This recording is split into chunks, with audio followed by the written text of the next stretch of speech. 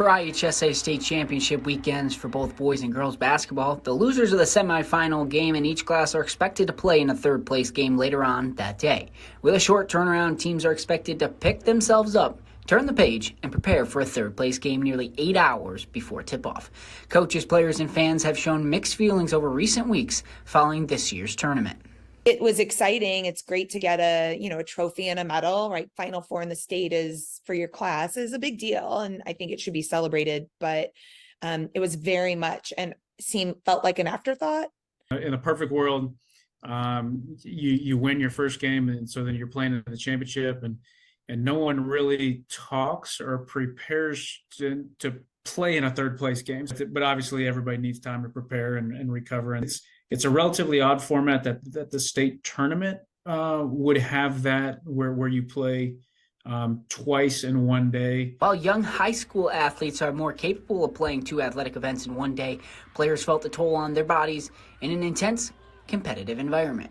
So we went and ate. We went to his gym space, but a lot of my girls were laying down, right? They were laying on the sidelines of the gym because they're just so tired.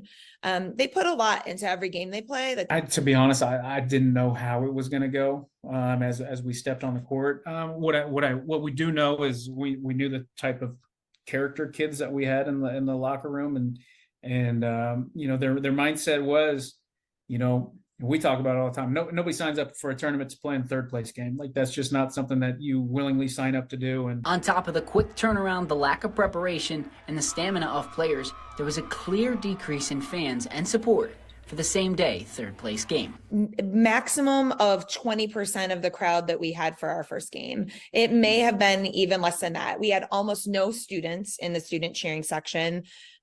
We had, most of our immediate family, right? So parents, a couple of grandparents stayed, and then a couple of best friends. Due to the scheduling of back-to-back third place games, the third and fourth place teams of Class 1A and 3A were to stay until after the later game to receive their medals and trophy, as well as take photos as a team, only making their day even longer.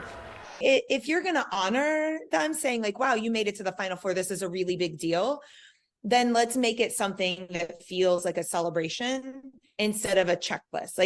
Experienced the turnaround time of the third place game firsthand, Coach Bozart and Kornstrom had suggestions for how IHSA can improve on their scheduling going forward.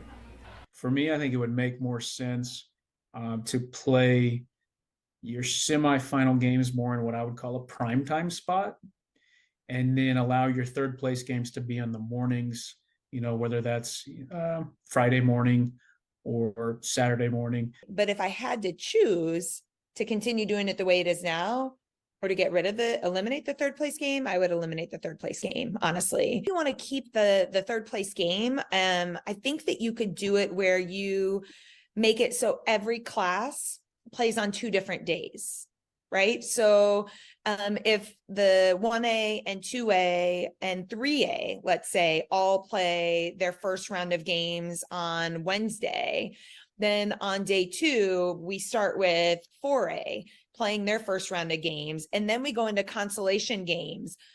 The IHSA Basketball Advisory Committee is expected to meet in mid-April, where the topic is expected to be brought up on the table. They plan to comment on the matter following the meeting.